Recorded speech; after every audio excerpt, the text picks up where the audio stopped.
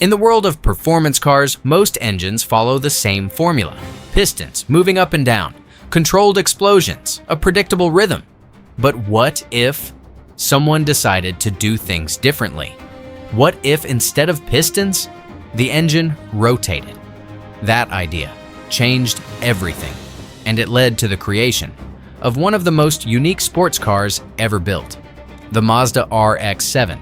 But to understand the RX-7, we need to go back to the beginning, back to a time when innovation mattered more than convention. In the 1960s and 70s, Mazda was not one of the biggest car manufacturers. They didn't have the resources of larger companies. They didn't dominate the market. But they had something else, a willingness to take risks. While most manufacturers followed the same path, Mazda chose a different direction. They became obsessed with a rare and unconventional technology, the rotary engine. Unlike traditional engines, the rotary engine didn't use pistons. Instead, it used a spinning triangular rotor. Smooth, compact, high revving. It was lighter, simpler in design, and capable of reaching extremely high RPMs. But it also had problems: reliability issues, fuel consumption, engineering challenges. Most companies gave up on it, but not Mazda. They kept pushing. They kept improving because they believed this engine had potential. And in 1978, that belief turned into reality. The first RX-7 was born, known today as the FB. It was a lightweight sports car designed around the rotary engine. And from the very beginning, it was different. Low, balanced, agile. It wasn't the most powerful car on the road, but it didn't need to be, because what it offered was something else. A unique driving experience. The engine revved higher, smoother, faster. The car felt light, responsive, alive, and drivers noticed. The RX-7 quickly gained attention, not just for its performance, but for how it felt. It wasn't just about speed, it was about connection between driver and machine. As the years went on, the RX-7 continued to evolve.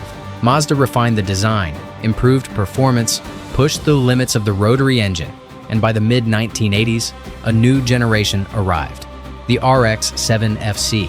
This version was more advanced, more modern. It featured improved aerodynamics, better handling, and for the first time, turbocharging. The rotary engine was becoming more powerful, more competitive. And once again, the RX-7 proved itself, not just on the streets, but on the track. In motorsport, the RX-7 became a serious contender.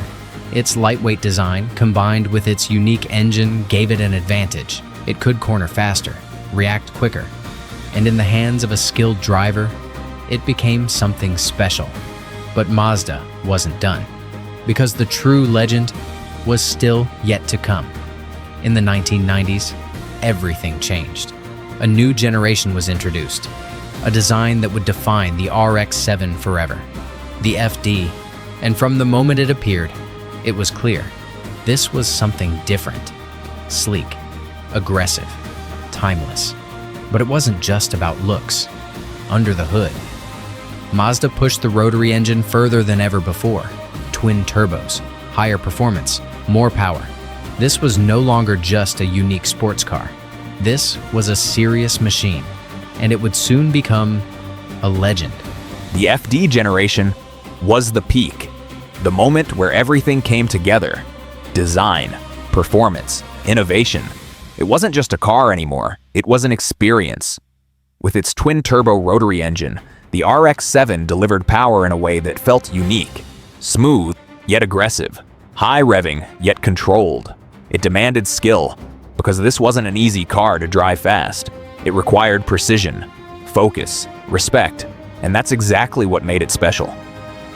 On the streets, the RX-7 became iconic. In the tuning world, it became legendary. Enthusiasts around the world began to push it further. More power, more speed, more extreme builds.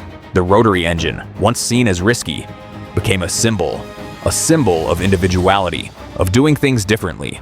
But like many legends, its story was not meant to last forever. As the automotive industry evolved, new challenges emerged. Stricter emissions regulations, higher production costs, and the rotary engine, despite all its uniqueness, struggled to meet those demands. It was less efficient, more difficult to maintain, and slowly, the industry began to move away from it. In 2002, production of the RX-7 ended. Just like that, the legend disappeared. No more new models, no direct successor. For many fans, it felt like the end. But something unexpected happened. Instead of being forgotten, the RX-7 became more valuable, more respected, more legendary, because cars like the Mazda RX-7 are rare, not just because of production numbers, but because of what they represent. A different approach, a different philosophy, a willingness to take risks. Today, the RX-7 is one of the most iconic Japanese sports cars ever made. Prices have increased, demand has grown, and clean examples of ascent are becoming harder to find. But its true value is not in money, it's in its legacy. Because the RX-7 proved something important, that innovation matters, that taking risks can lead to greatness. That being different is not a weakness, it's a strength. And even today, the spirit of the RX-7 lives on, in car culture, in tuning communities, and in every enthusiast who chooses passion over convention. Because the truth is, the RX-7 was never just a car. It was a statement that engineering doesn't have to follow rules, that performance can come in many forms, and that sometimes the most unforgettable machines are the ones that dare to be different. And maybe that's why the Mazda RX-7 will never be forgotten. Because legends don't fade, they inspire, they evolve, they live on, and the RX-7 will always be one of them.